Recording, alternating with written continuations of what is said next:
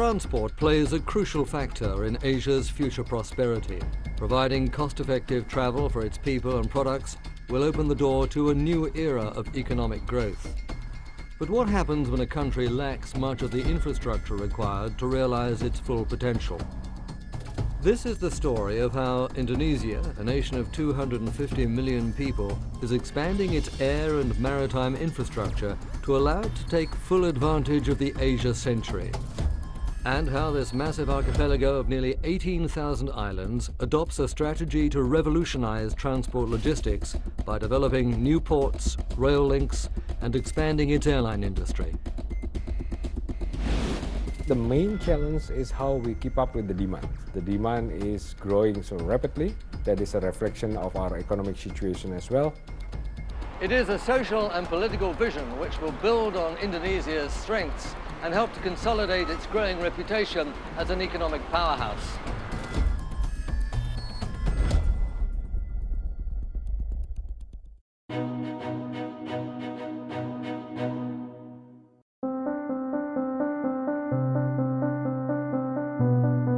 If Indonesia's weak infrastructure is not addressed, it could undermine future rates of growth and hinder efforts to enhance equity and reduce the number of poor.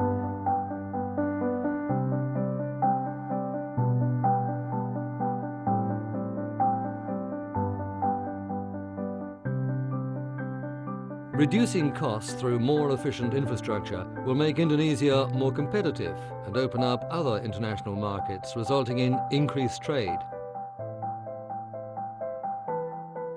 It's a daunting challenge and one that will require a united approach by government agencies and the private sector. It'll also cost money, and that could provide attractive investment opportunities for those businesses keen to play a role in the anticipated infrastructure boom.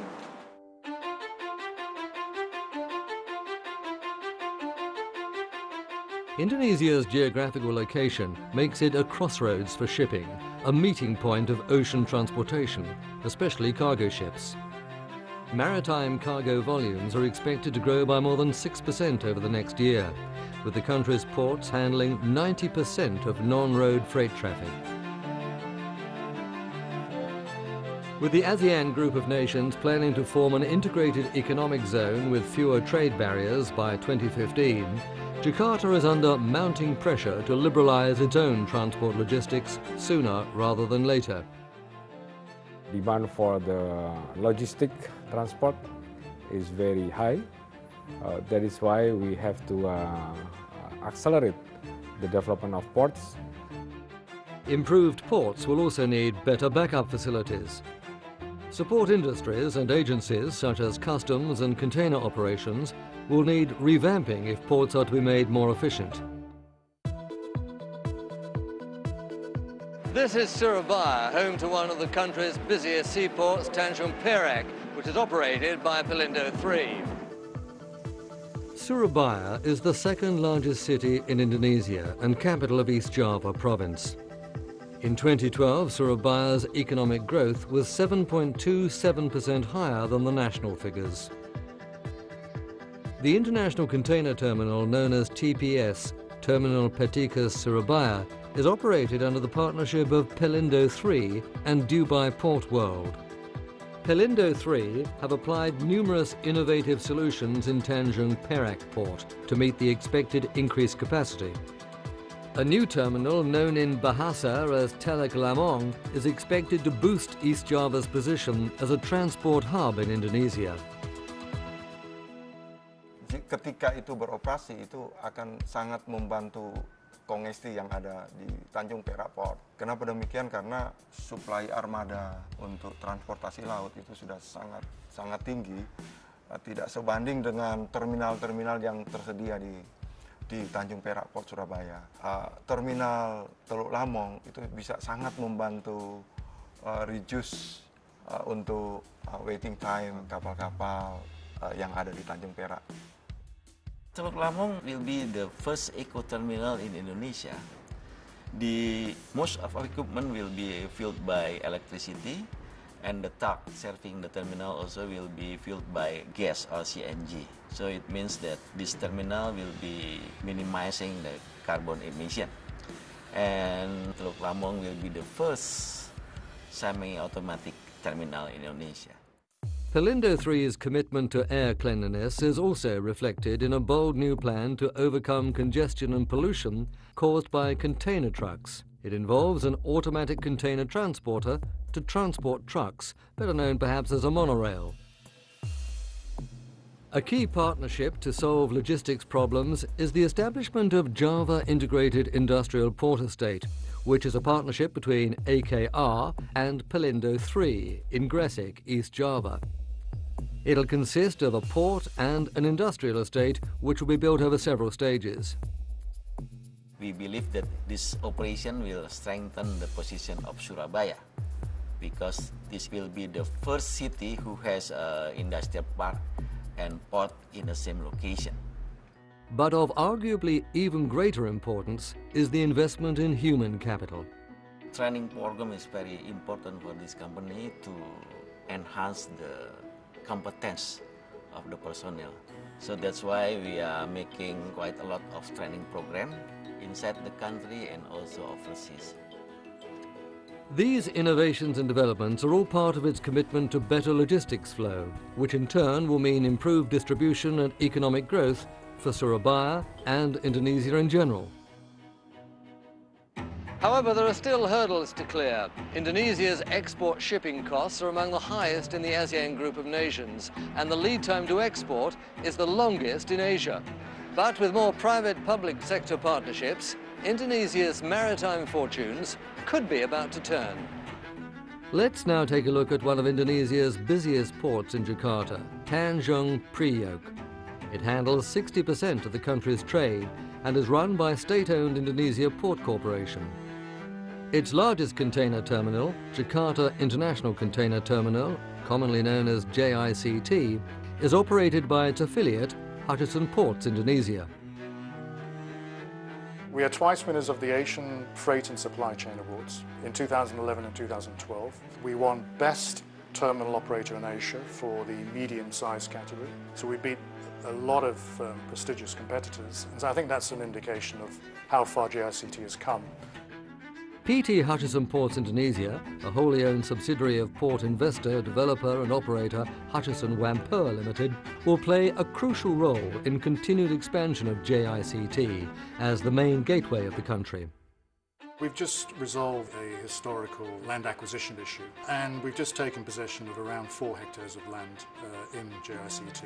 The immediate future will require us to develop that land into additional stacking for containers, and also we're building a new automated gate facility, which will help to obviously improve the flow of traffic in and out of the terminal. That's in the immediate future. As one of the world's most technologically advanced port operators, it is no surprise that Hutchison is introducing cutting-edge solutions to cover every aspect of its operations. One is our terminal operating system called NGen, short for Next Generation, which is a Hutchison Ports proprietary system. Integrates our ship planning, our yard planning, and our vessel discharge and loading operations. This investment in new technology and state-of-the-art handling equipment doesn't come cheap. Jakarta International Container Terminal has spent more than $250 million over the past decade, developing and improving its operating capability. However, these significant investments cannot succeed without the commitment of skilled professionals. Since the concession started in April 1999, we've had a two-way training process. We have brought trainers in from our ports around the world to do structured and unstructured training here. But we've also sent over 400 employees, in fact, since 1999 to our other ports in the world to receive training. I was sent by the company to Hong Kong for 6 months for training with our experienced manager from Hong Kong International Terminal. Hutchison's long-term commitment to state-of-the-art port facilities could well provide an answer to at least some of Indonesia's maritime challenges. But more importantly, shipping isn't the only industry that's being streamlined under the government's grand vision. We're talking with our joint venture partners, Indonesia Port Corporation, to see what else we can do in the longer term to further increase capacity and improve operating efficiencies.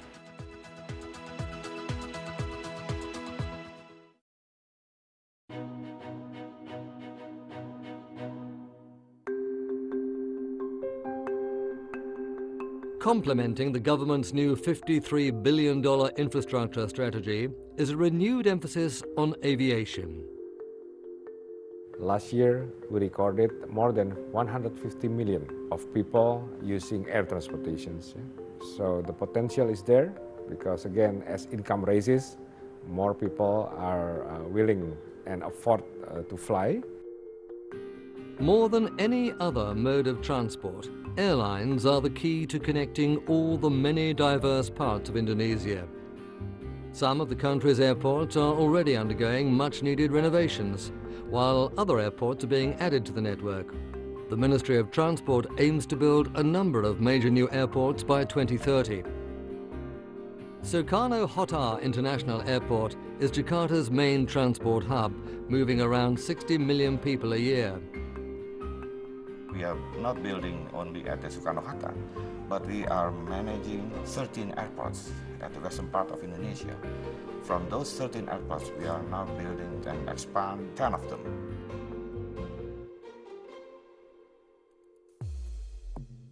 The lack of airport infrastructure not only inconveniences passengers, but also holds back the aviation industry's future expansion. These are heady times for Indonesia's airline industry as demand for international and domestic travel continues to soar. Based on current trends, international passenger numbers are expected to reach 75 million by 2020 and almost triple that by the end of the following decade. One of the biggest stakeholders in the aviation industry's expansion is Indonesia's national airline, Garuda. Right now, we are hiring new cabin crews. Every day, we train almost about 300 of our employees round and round to develop them. Garuda aims to transform itself into a five-star airline, operating nearly 200 aircraft by 2015. It's already recruiting around 1,000 flight attendants a year, and between now and 2015, another 1,500 pilots. But of course, all that requires training, the sort of training that goes on in this aircraft mock-up here at Garuda's training facility in Jakarta. Thank you. Enjoy your drink. 2 flight simulators have also been added to complement existing facilities here in the training centre, and that'll enable the airline to produce more skilled pilots at home, rather than having to send them overseas. In line with Indonesia's economic growth, Garuda is opening up new routes to align with the country's key trading partners, which will include 10 more routes between this year and next, including Australia and Japan. The long-haul expansion is made possible by the delivery of Garuda's first batch of 777-300ERs, the new flagship and the only aircraft in its fleet featuring a 3-class cabin with economy, business and first-class sections. Garuda, we've invested a lot in safety. We hired consultants. Garuda is also one of the IATA IOSA safety, so our level of safety is almost the same with other global airlines. But international recognition of its improved safety and service standards is not the end of it. We invest in new technology, our new system, and then currently our aircraft on an average is about 5.8 years. Among the world airlines, I think our fleet is considered one of the youngest. A strong commitment from management and employees has seen Garuda transform its business in recent years. The airline's reputation has already been recognized at international level, with Skytrax naming it the world's best economy class and including it in the list of the world's top 10 airlines this year. Garuda is committed to the government's infrastructure program and the growth of aviation support services, such as repair and maintenance support. Due to the lack of suitably qualified staff, most maintenance has had to be conducted outside the country in the past. But recently, that's begun to change. Indonesia's maintenance and repair companies are currently responsible for less than 30% of the country's maintenance work. The rest is outsourced abroad. GMF AeroAsia plans to increase its share of the work as the industry continues to expand. The company is the largest aircraft maintenance operator in Indonesia, with more than 60 years in the business, mastering the maintenance of the newest aircraft types, especially the Boeing 737NG series and the Airbus A320.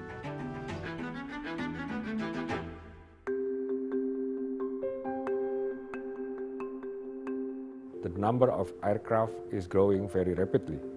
So I think for that situations and for that industry to grow healthy, we need aviation park.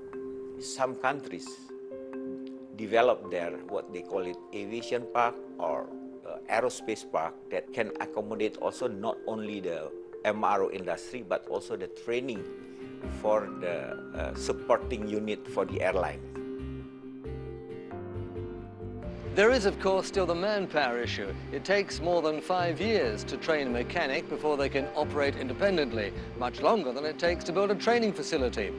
Over the next 2 years, GMF will recruit another 1,300 workers as their fourth hangar begins operations. One solution is provided through partnering with Airbus, which will become GMF's local maintenance training center in Indonesia. Now we are sending our instructor to be trained and approved by Airbus. Working with Airbus is ramp up our maintenance, repair and overhaul services. They are constantly being audited, not only internally, but by NAAs from around the world. They are EASA recognised, they are FAA recognised. They're also recognised by many other countries whose people and companies bring their aircraft to GMF. It's not only aircraft maintenance facilities that stand to gain from industry growth. Ground support operations such as PT JAS are also poised to benefit.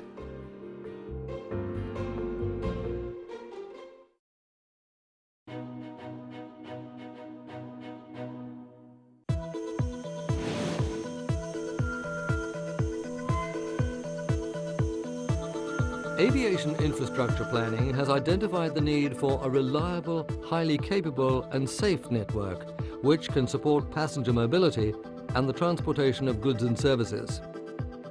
JAS is the leading ground and cargo handling provider in Indonesia and has a strong presence in 12 of the country's major airports.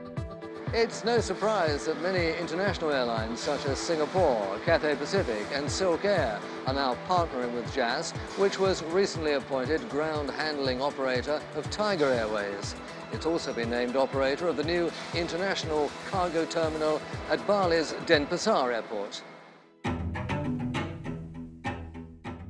With JAS, from time to time we run incentive program, and also we have performance enhancement program, so to increase their awareness, be it in terms of customer service or in terms of security and safety.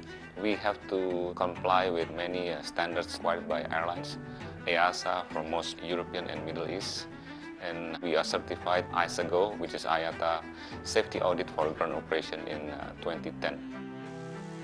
Seeing the steady growth in international air cargo volume, along with passenger traffic in the last 5 years, JAS has introduced a system called JAX to ensure faster and better cargo handling. Human capital is equally important for improving efficiencies within the airports.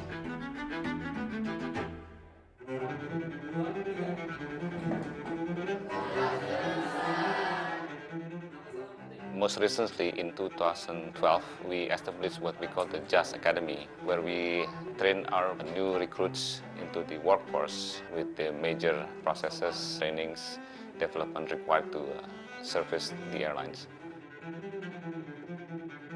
Long term, I think we need to expand quite significantly the build capacity of the airport. I think in the medium to short term, you can do quite a lot in terms of how you operate the airport to make it more efficient. Operators like JAS depend largely on the government for the development of infrastructure. I believe the government has been doing a very good job in expanding the overall capacity, but there has to be, I think, private sector participation in order to be able to speed up this process. For many infrastructure projects, large-scale financing can be especially important, but long